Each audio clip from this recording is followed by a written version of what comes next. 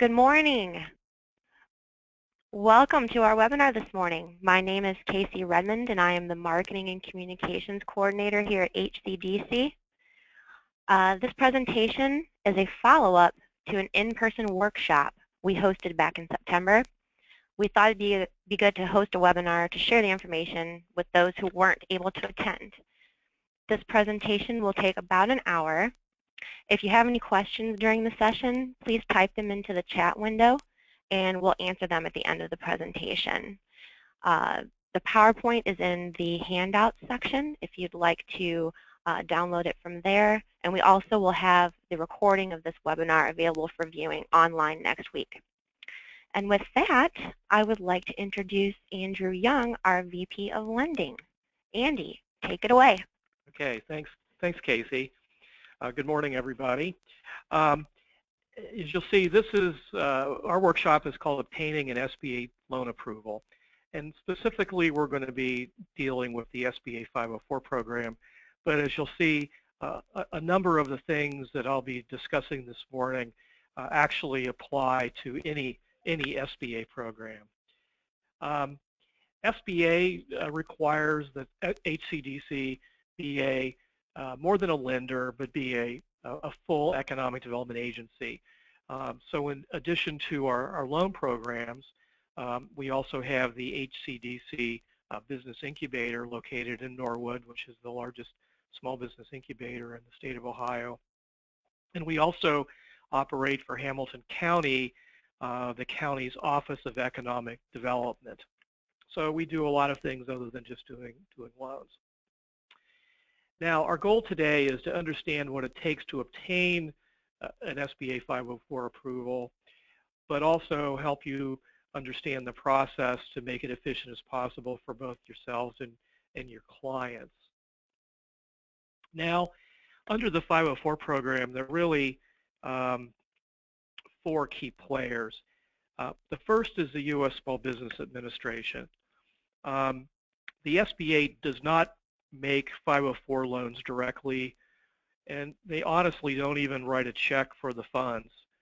What they do is they set the policies and procedures governing the program, and they ensure that each loan request follows the policies. Certified Development Companies is actually the SBA lender in a 504 transaction.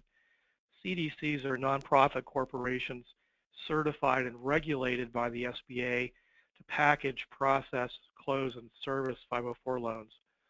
There are probably over 200 CDCs nationally, and most are restricted to operate only in their state of incorporation. HCDC, however, as a top CDC, is considered a multi-state CDC in that we can process 504 requests anywhere in Ohio, Kentucky, and a small area in southeastern Indiana. Each 504 project must include a third-party lender, which participates by providing a portion of the project financing called a third-party loan. Now, the third-party lender is usually a commercial or private lender, but it could be a federal, state, or local government source. It could even be a private investor.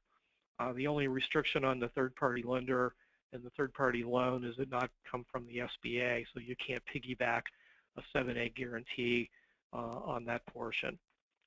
And then finally, the most important player in the process is the small business applicant. We'll talk about them in a few minutes. Now, somebody said one time, where did you get this great name, the Section 504 CDC loan program? Well, the program began in October 1980. At that time, it was called the 503 program. And in 1986, Section 504 was added to the Small Business Investment Act that changed the funding source from the federal financing back to private funds. And so under 504, we were able to access the public capital markets to provide long-term fixed-rate funding that wouldn't be available to small businesses. In the 29-year history of the 504 program, there have been more than $63 billion in 504 loans. So what is the 504 program? Per the definition of the Code of Federal Regulations, it's to foster economic development, create or preserve job opportunities, and stimulate growth, expansion, and modernization of small businesses. Well, the SBA actually has a better definition that I will not read, but there are three key points to the 504 program. One is 504 is economic development financing. Second, it's for investment in long-term fixed assets. And then thirdly, it must be to a healthy and expanding business. So we're going to go over these three key points in a little more detail. Now, under economic development, we have three ways of meeting this requirement. There's a job goal requirement, or alternatively, there's a community development goal, or a public policy goal.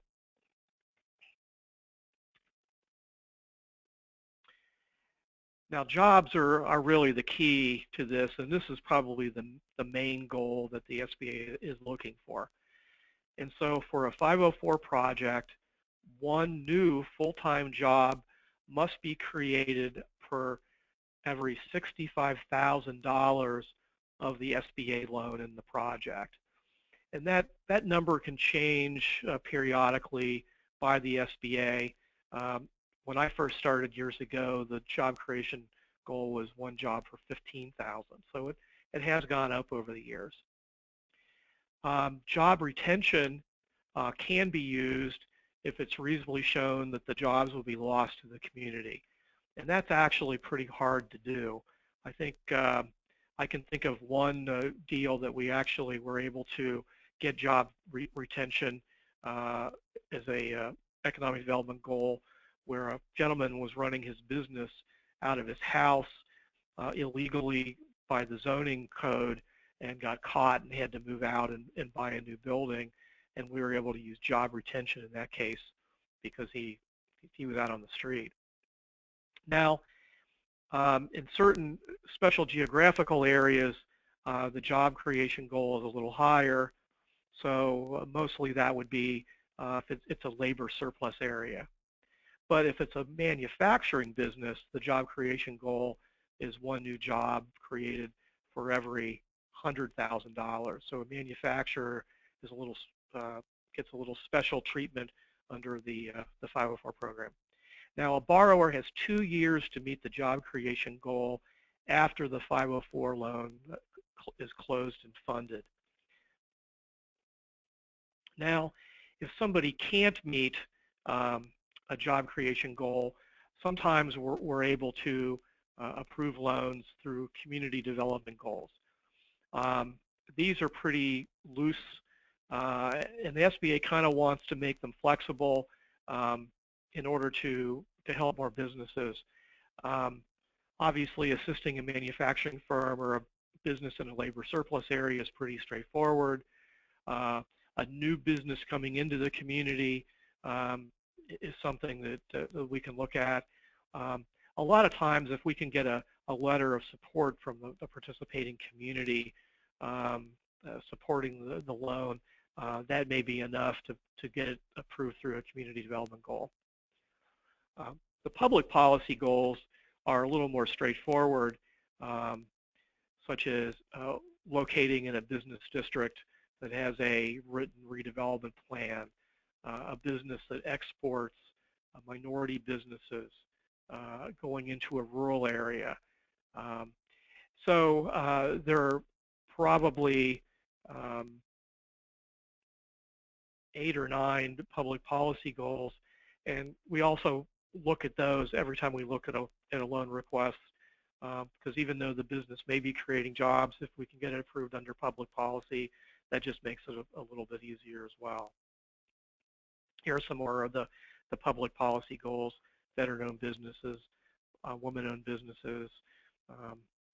So be aware that job creation is not the only way to get a 504 loan approved. Now, the other thing that we need to make sure that we're on top of is what is an eligible project cost.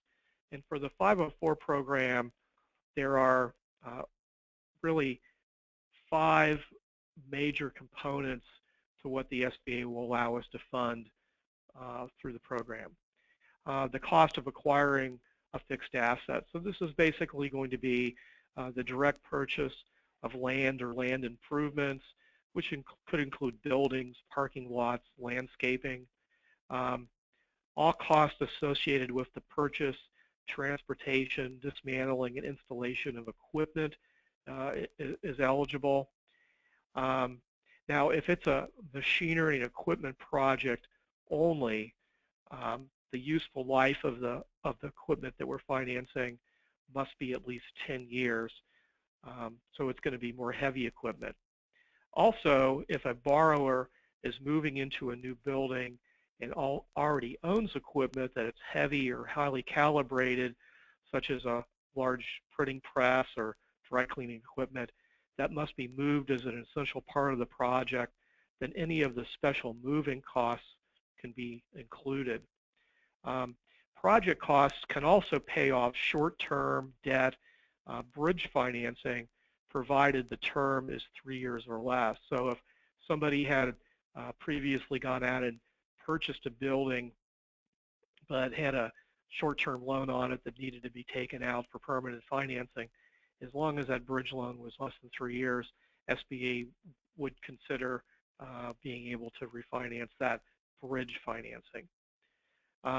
Obviously, the cost of the building improvements, building a new building, building out, renovating a building is eligible. Certain professional fees are also eligible, but these must be directly attributable and essential to the project. So professional fees that we normally see would be appraisals, environmental reports, legal fees related to maybe a change in zoning, architects, engineers, title reports, title insurance, survey costs. Those would all be considered to be eligible costs under the 504 program.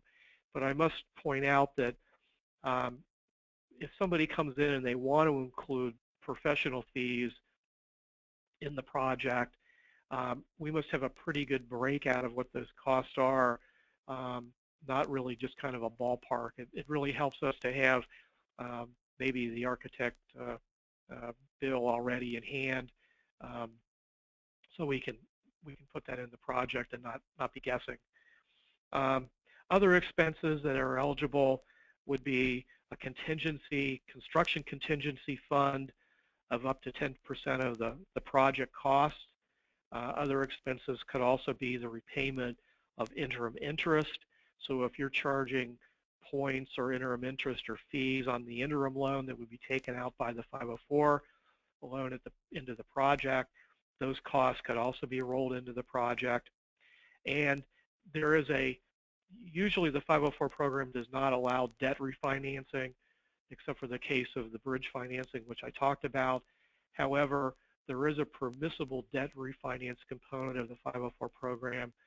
So if somebody has a loan on a building, but they're going to putting an expansion on, if that expansion is twice the size, the expansion costs are twice the size of the debt that's on the building, that existing debt can be rolled into the 504 project and be refinanced. Now there's a number of categories and requirements for that. So if you have something that looks like a permissible debt refinance where somebody is expanding their building, get in touch with us and we can go over and see whether that would be eligible or not. Now, in any project, there's going to be fees that the borrower is going to incur that are not eligible to be put in the project and have to be paid outside the 504. So one of the things is if you charge a fee on your permanent loan, your third-party loan fee, that fee would have to be paid outside the 504 project and couldn't be financed. Any attorney fee you incur to close your loan also has to be paid outside the project. Now again, the attorney fee has to be paid outside, but if we determine we want to, things like your closing cost and title insurance, recording costs, those could be in the 504 project, but the direct fee to the attorney has to be outside. Franchise fees, broker's fees, and if somebody's buying a building and they're going to renovate it, but some of the space is going to be leased to a third party, the cost of that interior finishing space would have to be broken out of the project and paid outside of the 504 loan.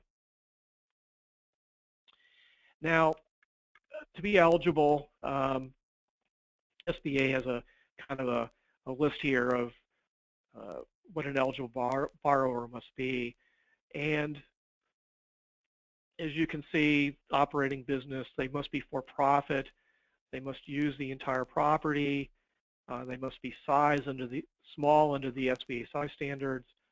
They must be in the CDC's jurisdiction.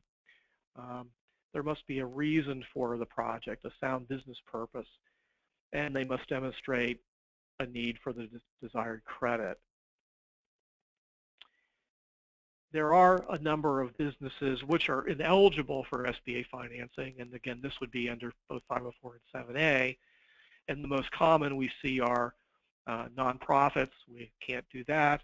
Passive businesses, an investor in an apartment building or passive real estate would not be able to use the 504 loan. Businesses with an associate of poor character, we'll get into that in a little bit as far as how we can maybe we determine poor character. If somebody has defaulted the government on a previous loan, they're not able to get SBA financing. And in most cases, a non-U.S. citizen is not eligible. Now, there's a size standard for the 504 program, and basically to determine if somebody is a small business. And for 504, it's pretty simple. The business must have a tangible net worth of less than $15 million, and they must have less than $5 million average net income after taxes for the previous 2 years. And so for us, it's fairly simple to get the financial statements from the applicant and basically take a look at what they have to see if they're small. Now, if a business is larger than the 15 million tangible net worth or the $5 million net income, we have the opportunity to look at the 7A size standards as an alternative, and 7A looks at either income or jobs in determining business size. But the 504 standard is kind of a one-size-fits-all for all types of businesses. As you can see, if it's in a labor surplus area, the business can be smaller.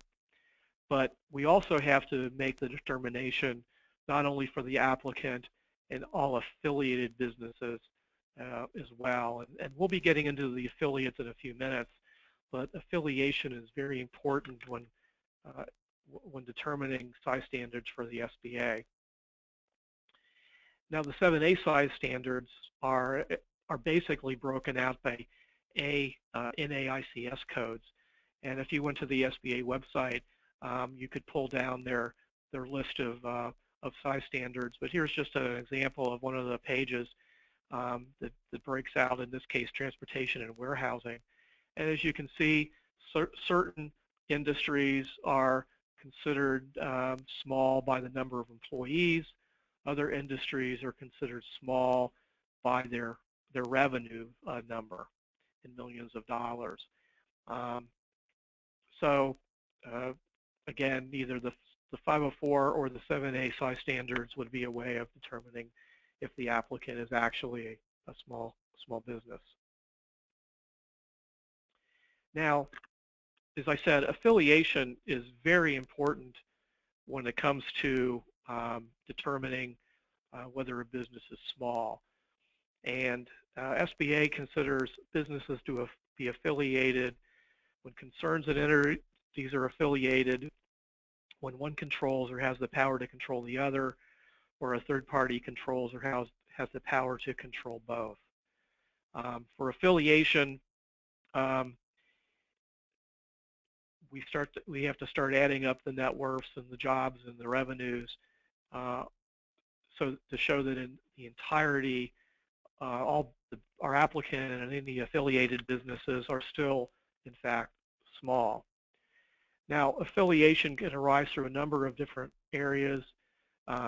Stock ownership is probably the thing we would see the most, where somebody has a majority ownership in one business and a majority ownership in the other business, and they would be considered affiliates.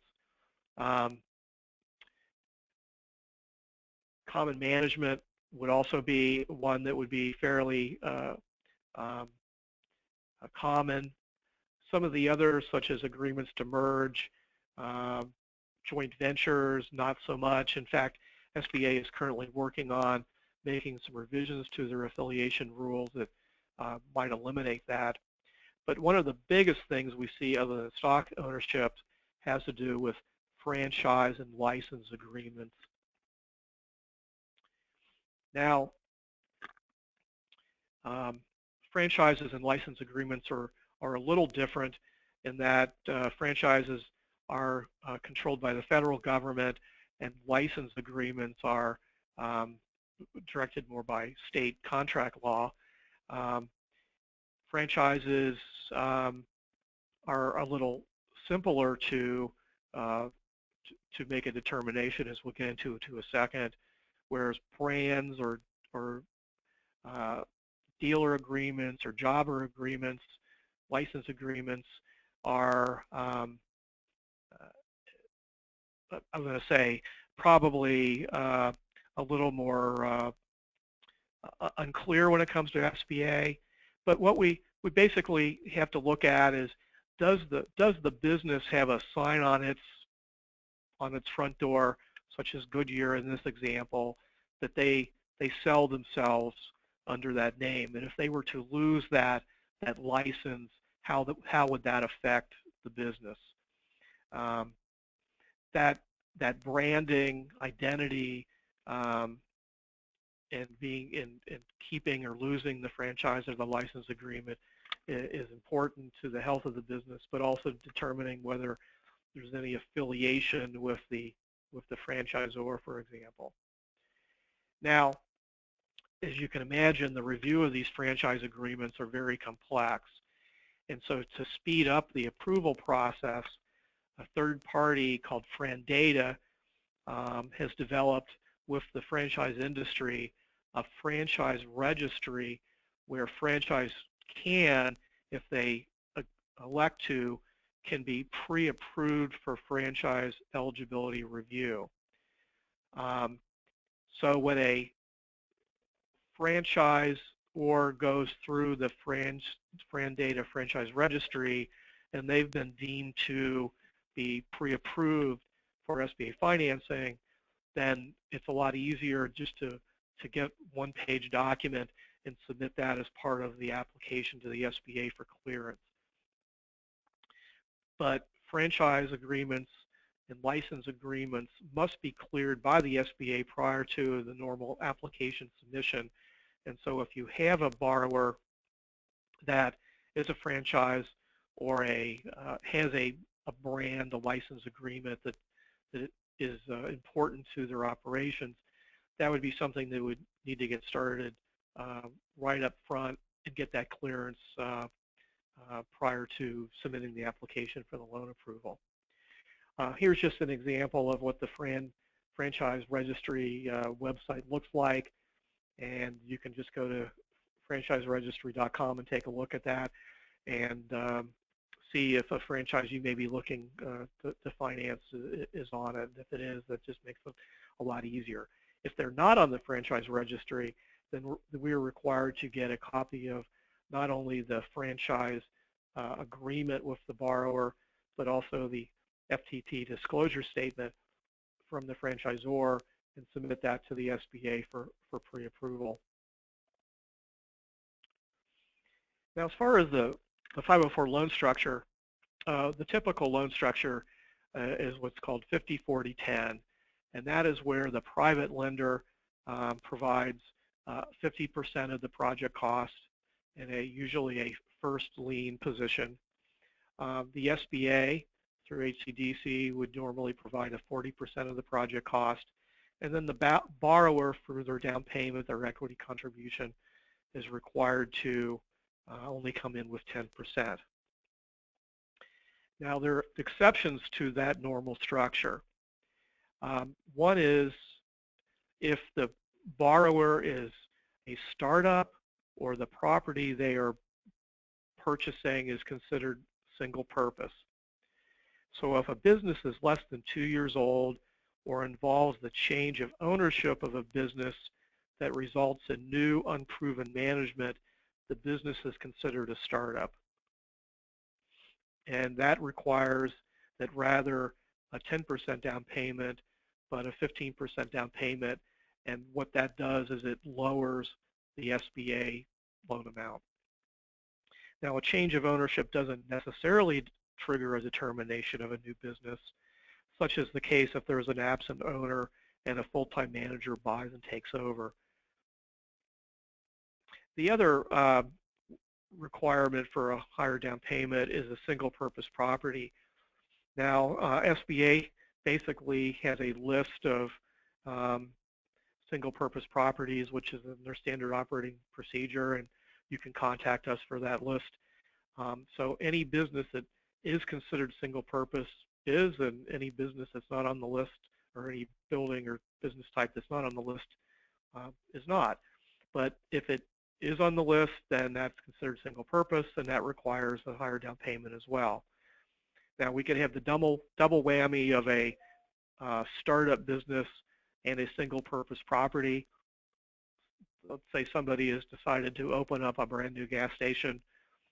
That would require a 50-30-20 structure.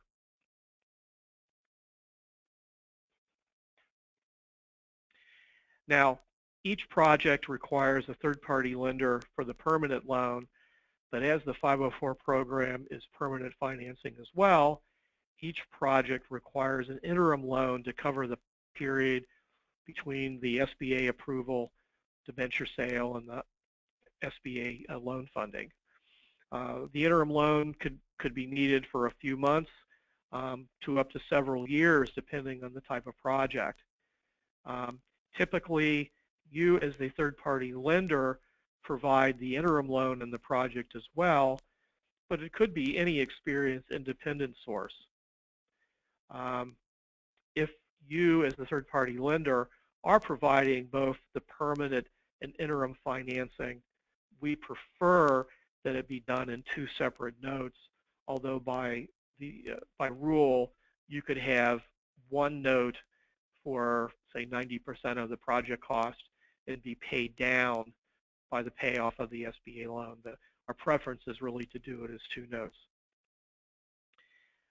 Borrower equity must be cash or project cost purchased with cash. Generally, the SBA wants to see that cash is available at the time the application is submitted. And so we would like to see bank statements, gift letter with bank statements if it's going to be gifted funds. If the injection is land or land and building previously acquired, then the value is going to be the cost of the property if owned for less than 2 years, and an appraisal value, current appraisal value, if it's more than 2 years. Other eligible project costs already paid for prior to the approval by the SBA, such as architecture fees, can be counted if we do build them into the project cost. So to give somebody credit, we need to make sure that that is included when we submit the loan to the SBA and include them in project cost. If the borrower contribution is borrowed, they're going to take money out of a home equity loan or get a side note from a lender for the down payment. The borrower must demonstrate repayment of the loan from the business or other sources. Now let me talk about the ownership structure. As a general rule, SBA loans are only made to operating businesses that own and use the business property. The exception to this is what's called the Eligible Passive Concern Rule, or EPC. And an EPC is usually a real estate entity that is set up to acquire the property and lease it back to the small business operating company. We must show, though, that the ultimate beneficiary of the SBA loan is the small business. The structure can be set up where the EPC is the borrower and the operating company is a guarantor, or we could have both the EPC and the OC as co-borrowers. Now, if loan proceeds are going to be used for assets such as we have an equipment component of the project where the building is owned by an EPC, but title to the equipment is in the OC, then the SBA requires that the loan be structured as a co-borrower. Now, there can be more than one operating company in a 504 project, but there can only be one EPC. And generally, we've seen multiple operating companies where maybe some friends that have separate businesses get together to purchase a building or a strip shopping center that they're going to be occupying together. They set up an EPC to be the borrower and take title to the property, but each of their businesses as an operating company is a co-borrower or guarantor in the 504 project. The SBA requires that there be a lease between the EPC and the operating company, and that lease term must be at least equal to the loan term, and that's generally the 504 loan term. Now, we have been able to have shorter terms, but have options to renew that equal the loan term. One thing that applicants must be aware of is that because the benefits to the loan flow to the operating company, the EPC is not able to take excessive rents out of the tenant, the operating company tenant. And so we want to see that the rent being paid must be generally equal to the loan payments to the third-party lender and the SBA, and any other costs that the EPC incurs as an owner of the property. So if the EPC pays for the taxes and they pay insurance, they can get rent to cover those costs, but they're not able to come in and take excess rents out of the property. That's not allowed. And lastly, the lease must be for the entire property. The operating company must lease from the EPC the entire property, and then we'll get into subleases in a second. And here we go. Under the 504 program, occupancy for an existing facility, the operating company must occupy at least 51%. So if it's an existing building we're buying, the operating company must lease the entire building, but they can sublease to a third party up to 49% of the property, and that lease can be forever. There's no requirement for the operating company to expand beyond more than 51%. New construction is a little bit different in that the SBA figures we're building a building, we can build it for what we need. And so the initial occupancy for the operating company is 60%, where they can lease out 40% for a period of time. Now 20% can be leased out long-term, but 20% can only be leased out temporarily. And the operating company must show, if they lease out up to 20% temporarily, that they have a plan to move into that space within 3 years, and by the end of 10 years, they must occupy 80% of the building, with again 20% can be leased out long term if that's what they wish. Now, in a EPC OC structure, the operating company must either guarantee or be a co-borrower, but each stockholder owning 20% or more must also guarantee the loan. Each spouse that has 5% or more interest must guarantee the loan when combined ownership of both spouses is 20% or more. And the SBA has a 6-month rule that basically says you can't lower your ownership to get around being a guarantor if unless that change of ownership happened 6 months or more prior to the application. The only exception to that is somebody totally leaves the business and gives up all their ownership and is no longer an employee or has any interest in the business at all. SBA loan term, we have two terms. We have a 10-year or 20-year term. If the third-party lender, you must be at least 10 years if the SBA is a 10-year term. And if the SBA is doing an equipment loan, if it's a 20-year term, you must go 10 years. If the SBA loan is 10 years, you must be at least 7 years. The minimum 504 debenture is $25,000. We don't really like to go that small, but by law we can. The maximum amount is $5 million or $5,500,000 for manufacturing firms or for projects that are involved in energy reduction or production. So if a project is involved in putting in solar panels that's going to be producing energy in the building, or it's a LEED certified project, in certain circumstances we can go up to $5.5 million. Now at this point I'm going to talk a little bit about the credit. And the application has really 6 different components that we have to get together and send to the SBA for an approval. And this is the form called 1244, which is our application to the SBA. And it has a lot of boxes and a lot of things we have to check off and make sure we have when submitting an application. Now the credit portion, if you're in lending, is fairly typical.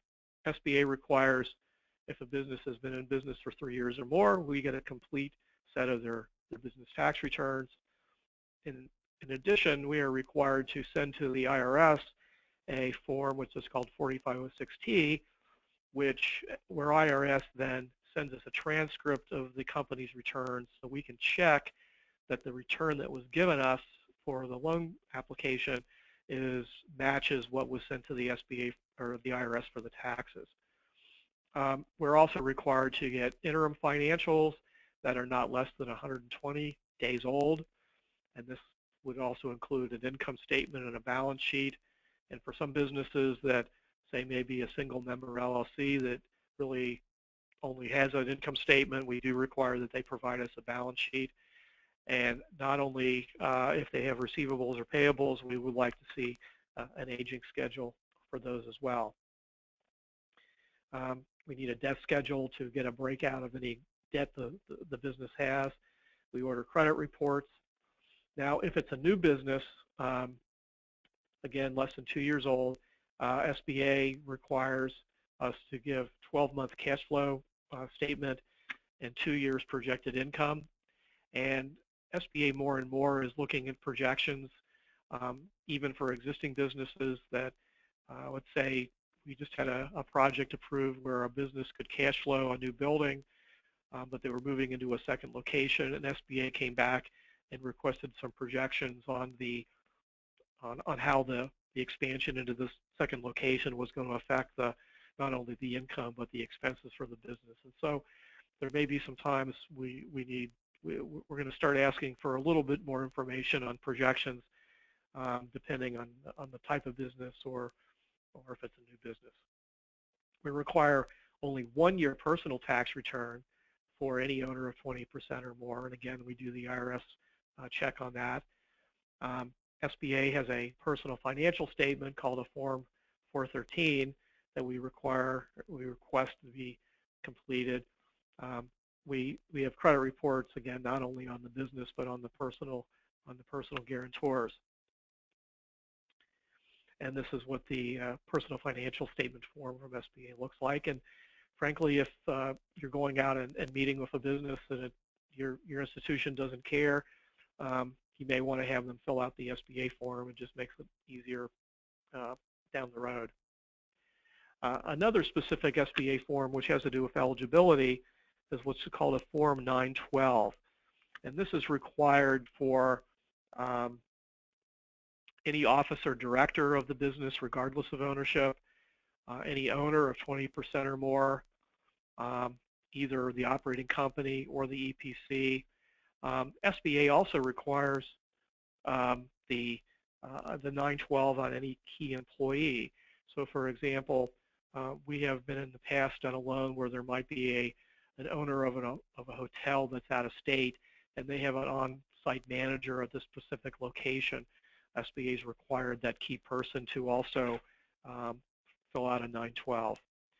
And while we're talking about ownership, SBA is also getting a little more interested in looking at succession plans for businesses, especially if it's a single owner.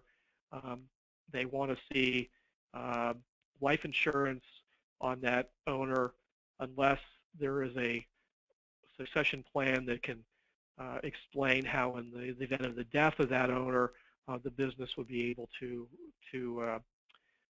continue. So I just want to put that out there, that not only the number of owners, but how many owners there are and who runs the business, and succession in the event of the death of one of the owners is something that's more important. This is the SBA Form 912. Again, if you're meeting with somebody and you're considering an SBA loan, this may be a form you might want to get filled out right away, because if it turns out there is an issue, this is the form we have to fill out to see whether somebody has what SBA considers poor character. And this is requesting information on basically being on parole, or have they been indicted for a crime, or any criminal offense in the past. And if there's any answers yes on any of these questions, then we have to get this person cleared prior to the application going to SBA. And so the sooner we can start this process, the better. In some cases, in the event of a yes answer, depending on what it is, SBA has the ability to clear that person, such as a minor misdemeanor 20 years ago. That would be probably easily cleared. Some cases where there might have been a felony, that person then may be required to get fingerprints and get checked by the FBI. That fingerprint turnaround probably takes about 30 days, so that's why it's good to get that started to find out if there's any issues, and if there is, get the process started. We are required to go through a system called CAVERS, which is a process through HUD to determine whether the applicant, guarantors, or any affiliates have had a prior loss to the government. So that's an eligibility requirement we have. Any affiliated businesses, we need to get tax returns and to, again, add up the net worths and the income to see whether, combined with the operating company, the affiliate and the operating company is still considered a small business. And in many cases, we may get a tax return from an individual that shows a personal tax return that shows ownership of other businesses. And we see that, and if they come back and say, well, I have a 5% interest in a real estate entity that owns apartment buildings, we would at least need a statement from them, basically in writing, putting out that their ownership is 5%, therefore that entity is not affiliated. So Again, affiliation is important. We have to check these. Franchise approval, if, again, we have a franchise, we can either go through the franchise registry to get information or not, that we have to send that information to the SBA for approval prior to the application going in. Any aliens that may be applying for SBA loans have to get pre-cleared. And then if a project is going into a historic building or it's a property that is in a historic district, we have to get historic approval prior to the application going to SBA. And again, those all kind of take a little bit of time. So the earlier we can start on those pre-approval items, the better. To back up the project costs, we need a valid purchase contract. We need contractor estimates, hopefully maybe even a contractor contract. And again, if we're including professional fees, or to have a good solid breakout of what those are. Our collateral has to be supported by an appraisal. Generally, the third-party lender orders the appraisal. You must name SBA as an intended user in that appraisal, and then 2 of 3 appraisal methods must be utilized. Sometimes a bank may want to kind of cut costs a little bit and say, well, we only want one of the methods used to come up with the value. SBA will not accept that. The value must be at least 90% or greater than the total project cost. So basically, in most cases, the value must be equal to the financing, except in the case of a change of ownership, such as somebody, we see this a lot, somebody's buying a gas station. That appraisal must be equal to the purchase price of that gas station. Environmentals, we have a number of different ways we can handle environmental reports. We are able to, for smaller projects where the loan is under $150,000, just use a questionnaire in most cases. For over $150,000, we can do an environmental questionnaire with a record search and risk assessment. The record search and risk assessment probably costs between $300 to $600. However, sometimes you may want a phase 1 just for additional protection, and in that case, that's fine with us. But if we have a phase 1, the environmental company must fill out what's called a reliance letter, which the SBA uses to rely on the phase 1, and also provide proof of insurance that they have proper, sufficient liability insurance in the case of fraud. Generally, that insurance requirement is at least $1 million, and we must include a copy of the policy binder or page showing the insurance is in place when we submit the environmental. And if the phase 1 says that they require further action, SBA automatically says do it, and that may mean a phase 2. And then depending on what the requirements are, SBA would normally say if the environmental company is recommending action, that action must be taken. Gas stations automatically require a phase 1. Now, if we're taking additional collateral outside the project property, there is really no need for environmental on additional collateral. We require a commitment letter or proposal letter from you, which basically would state that we need the SBA in the project. Organizational documents. If this is an eligible debt refinance, we need to include refinance documents, and of course HCDC has its own forms that the borrower would need to fill out. Just an example of a project, on $1 million project where we basically have the standard 50-40-10, what you're interested in and what your bridge loan is going to be, your interim loan is going to be, is what's called the net debenture. So in this case, you would have a $400,000 net debenture, and that's what we're going to pay off when we fund the loan. There are other fees involved in the SBA program that are rolled into the 504 loan. and this includes a processing fee that HCDC has. In this case, it's $6,000. There's a fiscal agent fee, an underwriting fee, which go to the SBA and the underwriters for the bond sale. And in this particular case, we have closing costs, which are also rolling into the loan. So the end of the line, the SBA loan in this case would be $415,000 with a small balance going back to the borrower. But because we're able to finance all our fees, there are no real out-of-pocket fees to HCDC except a small application fee of $250. You as the third-party lender charge your own fees and closing costs.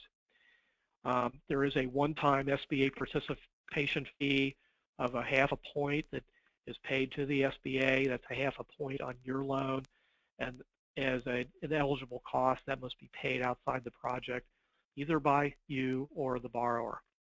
In this example of the $1 million project, the bank participation fee is $250,000 or $2,500, excuse me. Now, this is paid only if you're the senior lien holder. If you decided to give the SBA a shared lien on the collateral, there would be no bank participation fee.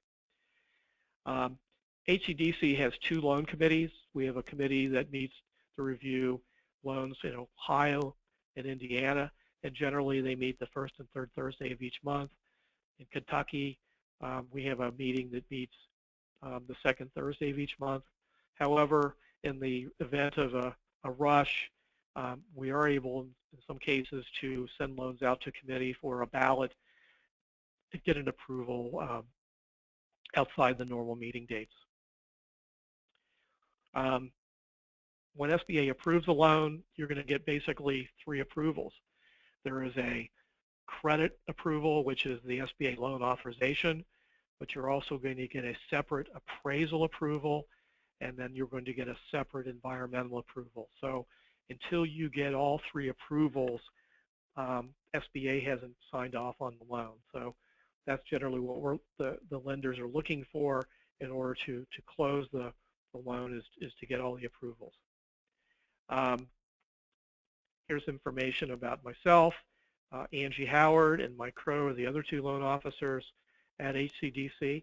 And if you have any questions on the 504 program, feel free to call me or Angie or Mike, and we'll be happy to answer any questions or work through any details that you may have. At this point, I'll turn it back to Casey, and let's see if we have any questions we may be able to answer. Hi, Andy. I don't see any at this time. Does anyone have any questions for Andy?